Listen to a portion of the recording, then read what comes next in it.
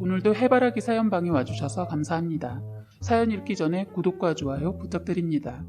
저는 올해 35살에 접어든 아기 엄마입니다. 남편은 25살에 만나 연애 4년 동안 헤어짐을 반복하다가 그 끈질긴 인연의 끈을 잘라버리지 못하고 어떻게 결혼까지 했네요. 연애 때도 정말 많이 싸우고 절대로 다시 만나지 않을 것을 맹세하면서 헤어졌는데 처음엔 남편의 사과와 끈질긴 구애와 노력으로 다시 만남을 시작했습니다. 저희가 연애 때 자주 싸웠던 것은 남편의 급한 성격 때문이었습니다. 급해도 그렇게 성격이 급한 사람은 처음이었습니다. 20대 초반에 소개팅을 몇 번 해서 여러 명의 남자도 만나봐서 약간의 비교를 하자면 그 사람들 오히려 너무 느려서 속이 터질 정도였거든요. 그만큼 저도 보통 사람들보다 성격이 느린 편이 아닌 급한 사람이기 때문에 이 사람이 저랑 잘 맞는 사람인 줄만 알았습니다. 왜냐면 처음엔 이 사람이 저에게 일부러 맞춰줬기 때문에 저랑 비슷한 정도의 급한 성격인 줄 알았던 거죠. 그런데 시간이 갈수록 남편이 견디기 힘들었는지 본색이 드러나더군요. 그땐 남편을 너무 사랑하고 있었던 시점이라 고맙기도 해서 그것도 다 받아들이게 되었는데 갈수록 심해졌습니다. 그래서 나중에는 그것 때문에 자꾸 싸우게 되었습니다. 저도 느린 사람을 보고 있으면 속이 터질 때가 있는데 남편은 저를 보고 속이 터지려 했습니다. 그래서 만나서 데이트하다 사소한 것부터 시작해서 꼭 싸우게 되는 겁니다. 밥을 먹을 때도 저는 아직 다 먹지 않았는데 이놈은 다 먹었다고 밖에 나가서 기다리기 일쑤였고 제가 화장실 갔다가 화장이라도 고치고 나오면 성질을 내면서 빨리 나오지 뭐하다 나왔냐는 둥 뻔한 걸 물으면서 화를 내어서 중간에 싸우고 집으로 와버린 적이 한두 번이 아니었습니다. 그래서 이별 통보를 하면 그때서야 저를 풀어주기 위해 가진 노력을 또 했습니다. 급한 성격 때문에 벌어진 것이라 저 또한 이해가 아예 안 가는 것이 아니기에 용서하고 다시 만남을 가졌어요. 그게 저의 실수였던 거죠. 그러다 정말 심하게 다툼을 하게 되었습니다. 제가 약속 장소에 1시간을 늦어버린 겁니다. 분명 집에서 나올 때 전화를 가지고 나왔다고 생각했는데 전화도 두고 나오고 약속 장소에 가다가 접촉사고까지 난 겁니다. 간신히 주위에 있는 사람들한테 전화를 빌려서 전화를 하고 문자를 보내도 전화를 씹더군요. 저는 이런 상황에서도 사고의 걱정보다 성격 급한 남친이 화가 많이 나 있을 거라는 생각밖에 안 들더군요. 그렇게 아무리 연락을 해도 남친은 며칠 잠수를 탔어요. 며칠이 지나자 지 기분이 풀렸는지 전화가 오더군요. 저는 절대로 받아주지 않고 그날 번호도 차단해버렸습니다. 사실 그동안은 남친의 급한 성격 다 받아줬던 게 저 또한 성격이 남들보다 급한 편이기도 해서 많이 이해가 가기 때문에 다 감싸 안았는데 시간이 갈수록 지치더군요. 싸움의 절반 이상은 급한 성격 때문에 싸운 것이었기 때문입니다. 저는 이번에 이 사람의 그런 성격을 바꿔보려는 작심도 했었기 때문에 강하게 나갔죠. 그런데 급한 사람이라 그런지 이번에는 어떠한 노력도 하지 않고 이별도 쉽게 받아들이더군요. 그렇게 저는 그 사람과 헤어지게 되었습니다. 그 사람과 헤어지고 나니 모든 생활은 정상적으로 돌아오는 것 같았어요. 그런데 마음은 쉽게 정리가 안 되어서 한동안 힘들었는데 시간이 가니까 자연스럽게 잊혀지더군요. 그렇게 이별을 한 뒤 2년이라는 시간이 지난 후 우연한 만남으로 다시 만나게 되었습니다. 인연이라는 게 이런 건가 싶은 게 다시 만날 사람은 다시 만나게 되어 있나 봅니다. 연애 때 서로 알아가고 있던 중이라 서로에 대해 많은 것을 알지 못하다 보니 사귄 지 7개월 만에 헤어진 게 끝이었습니다. 그런데 2년이라는 시간이 지나고 나서 또다시 만난다는 게 참 신기했어요. 저는 남친과 헤어진 뒤 이사도 하고 회사를 그만두고 공부만 하다가 다시 취직을 했는데 그 회사에 남편이 있었습니다. 이게 무슨 운명의 장난인가 싶었죠. 그렇게 긴 시간이 지났는데도 다시 만나니까 그 힘들었던 기억을 잊고 또다시 저희는 어느새 다시 연인 사이가 되었어요. 제가 남편을 다시 만나게 된 계기는 남편이 성격이 많이 차분해지고 달라져서였습니다. 다시 만난 후로는 전에 보이던 심한 급한 성격이 보이지 않았어요. 그렇다고 완전 고쳐지진 않았고 가끔 나올 때가 있었는데 그때마다 고비가 있었지만 스스로 인정하고 고쳐보겠다고 해서 그냥 넘겼습니다. 그래서 제가 2번의 실수를 또 하고 만 겁니다. 이 사람 알고 보니 그동안 저와 결혼하기 위해 참아왔던 거였습니다. 그 사실을 결혼하고 1달 반 살면서 알았습니다. 그러니까 저희는 결혼하고 딱 1달 반만 즐거웠고 사는 동안 여유 있는 것을 모르고 살았던 것 같아요. 그때 하필 나이도 있고 해서 임신 계획도 일찍 세웠는데 임신까지 되어버렸어요. 그 이후로는 그놈의 급한 성격 때문에 싸움이 또 시작되었던 거죠. 결혼하고 임신하면서 일을 그만두고 집에서 살림을 했는데 이놈의 남편은 시도 때도 없이 급한 성격을 보이기 시작했습니다. 밥도 퇴근 시간 전에 다 차려놔야 했고 원하는 것이 있으면 바로바로 가져다 줘야 했어요. 저는 임신한 상태여서 그런지 예민해지고 모든 것을 더 이상은 못할 것 같아 이혼도 생각했습니다. 이혼을 생각하고 아이도 낳지 않을 거니까 이혼하자고 했더니 싹싹 빌면서 병원도 다녀오고 약도 먹어보겠다고 하더군요. 정말 심각한 급한 성격이라 각서까지 받고 다시 살았죠. 그렇게 아이 낳을 때까진 잠잠했습니다. 전 남편이 완전 변한 줄 알았어요.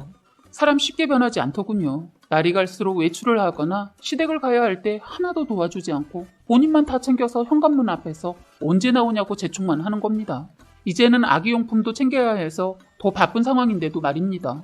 저런 사람이란 걸 알기 때문에 부딪히기 싫어서 간단한 건 전날 챙겨두고 잡니다. 그런데 돌발 상황이라는 게 닥치기도 하잖아요. 바로 그날이었습니다. 급한 놈. 속으로 욕을 하면서 서둘러 준비해서 나가려 하는데 때마침 아이가 응가를 싼 겁니다. 어차피 아기 엉덩이도 씻겨야 하기 때문에 집에서 해결을 하고 가자는데 이놈이 글쎄 차에서 똥 갈고 시댁에서 도착해서 씻겨주라고 하는 겁니다. 시댁과 저희 집의 거리는 차로 무려 1시간 거리가 되는데도 말입니다. 남편이 이렇게까지 하는 데에는 시부모님 또한 두 분 다 급한 성격인 사람들이기 때문이거든요. 아니 아무리 자기 부모 비유 맞추겠다고 자기 딸내미 엉덩이 걱정은 안 하고 세상에 차에서 갈거나 시댁 가서 하라는데 이게 말이 됩니까? 저는 남편이 화를 내거나 말거나 무시하고 아이의 기저귀를 갈고 있었습니다. 그랬더니 갑자기 거실에 신발까지 신고 들어와서는 한다는 소리가 욕을 하면서 너가 이렇게 굶뜨니까 내가 욕먹는 거 아니야. 아니 애가 똥을 쌌는데 그럼 그냥 가냐? 그냥 가서 하면 안 되는 거야? 너 생각해봐. 네가 차 타고 가다가 급똥 쌌어. 그냥 앉아서 1시간을 간다고 생각해봐. 상상조차 하기 싫지? 화나니까 그만해 하고 성질을 냈더니 이것이 겁을 상실했는지 야 너 혼자 가. 난 안 가. 지금 가면 또 늦었다고 엄마 뭐라 하는 거 듣기 싫어. 제발 굶뜨는 거 좀 고쳐 하면서 욕을 하더군요. 넌 네 새끼보다 엄마 잔소리가 더 중요해? 그리고 내가 굶뜨는 게 아니고 네가 성질이 급한 거야 미친 새끼야. 애 기저귀를 갈고 있는데 굶뜬다고 하도 해서 성질을 누르고 누르다 똥기저귀를 남편 새끼 얼굴에 던져버렸습니다. 순간 똥기저귀를 맞고 고함을 지르더군요.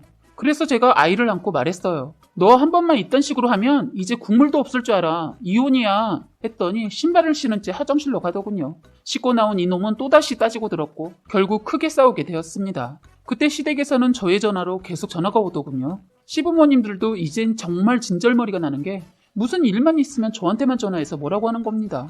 안 받으려고 받았더니 시어머니 한다는 소리가 시부모와 약속을 했으면 무슨 일이 있어도 와야지. 둘이 싸웠다고 지금 못 온다는 거야? 남편 놈이 싸웠다고 말을 했는지 그렇게 말씀을 하더군요. 저희 지금 출발하면 너무 늦을 거 뻔하고 가도 좋지 않을 것 같아서 그냥 다음에 갈게요. 온다고 했으면 와야지. 당장 와라. 와서 혼날 일 있으면 혼나야지. 피한다고 될 문제냐? 하는 겁니다. 저희 시부모님은 이렇습니다. 항상 시댁에 몇 시까지 오라고 약속 시간을 딱 정해주십니다. 정해주신 시간에 늦으면 들어오던가 가던가 알아서 하라고 하시는 분들입니다. 이런 일뿐만이 아닙니다. 시댁은 다들 번갯불에 콩을 구워 먹은 사람들밖에 없는가 봅니다. 시아버지, 시어머니, 시동생, 시누이, 거기다 제일 성질 더럽고 성격이 제일 급한 남편놈, 이들과 같이 있으면 정신이 하나도 없고 정신이 혼미해집니다. 시어머니는 자꾸 하나만 시키지 않고 서너 개를 한 번에 시키면서 바로바로 결과를 바라시고 거기에다 시아버지도 마찬가지입니다. 제가 빠릇빠릇 일 처리를 못하면 아직 말도 못하는 손녀에게 제 흉을 보면서 네 엄마는 왜 저렇게 굶뜨냐? 아이고 답답해. 이러시고 시어머니는 4명에 못 산다. 아유 답답이. 이러시면 남편이 가만히 있으면 중간이라도 가는데 빨리빨리 하라고 꾸물거리지 말고 이러는데 저 그날 정말 울고 싶었습니다. 저 행동이 보통 사람들보다 진짜 빠른 사람입니다. 친구들이 인정하는 성격인데 시댁 사람들은 급해도 너무 급합니다. 정말 느린 성격의 여자였으면 벌써 이혼을 했어도 벌써 했을 겁니다. 남편이 급한 성격 외에 더러운 성질 빼고는 성실하고 돈도 잘 벌긴 해서 버텼는데 돈이 다는 아니더군요. 저도 능력이 없는 것도 아니고 남자만 보고 살 사람이 아니라 그런지 자꾸 힘들 때마다 이혼이 머릿속에 자리 잡고 있었어요. 그동안 저니까 참고서 곁에 있었던 것을 모르는 것 같길래 일을 낸 적이 있었습니다. 그날도 낮에는 겨우 참고 넘겼는데 저녁에 다 같이 술을 먹고 있는데 또 저를 안주 삼아 제 얘기를 시작하더군요. 다 먹고 구석에 앉아있는 시누이 두고 준비하느라 못 먹다가 겨우 먹고 있는 저한테 이것저것 시키면서 제 용을 보길래 참았던 화가 터져버렸습니다.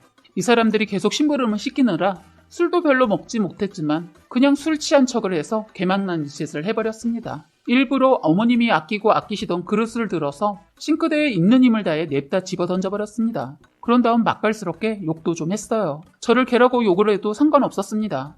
그리고 저는 아버님이 아끼는 양주를 들어 싱크대에 던져버렸어요. 순식간에 한 행동에 아버님 한 걸음에 달려와 저에게 손을 올리려 했는데 그땐 남편놈이 막더군요. 어머님 아버님을 간신히 말려서 다행히 무사할 수 있었어요. 시누이도 시동생도 저를 보고 한 소리를 하길래 쌍욕을 날려줬어요. 시아버지 꼭지 도셔서 저희 그날 시댁에서 쫓겨나서 택시 타고 왔습니다. 남편놈 택시 안에서 있는 짜증 없는 짜증 내는데 모른 척 했죠. 그날 이후로 한동안 시댁 가지 않고 있다가 나중에 갔는데 효과가 있었는지 술자리에서 제 얘긴 하지 않고 제 눈치만 보더군요.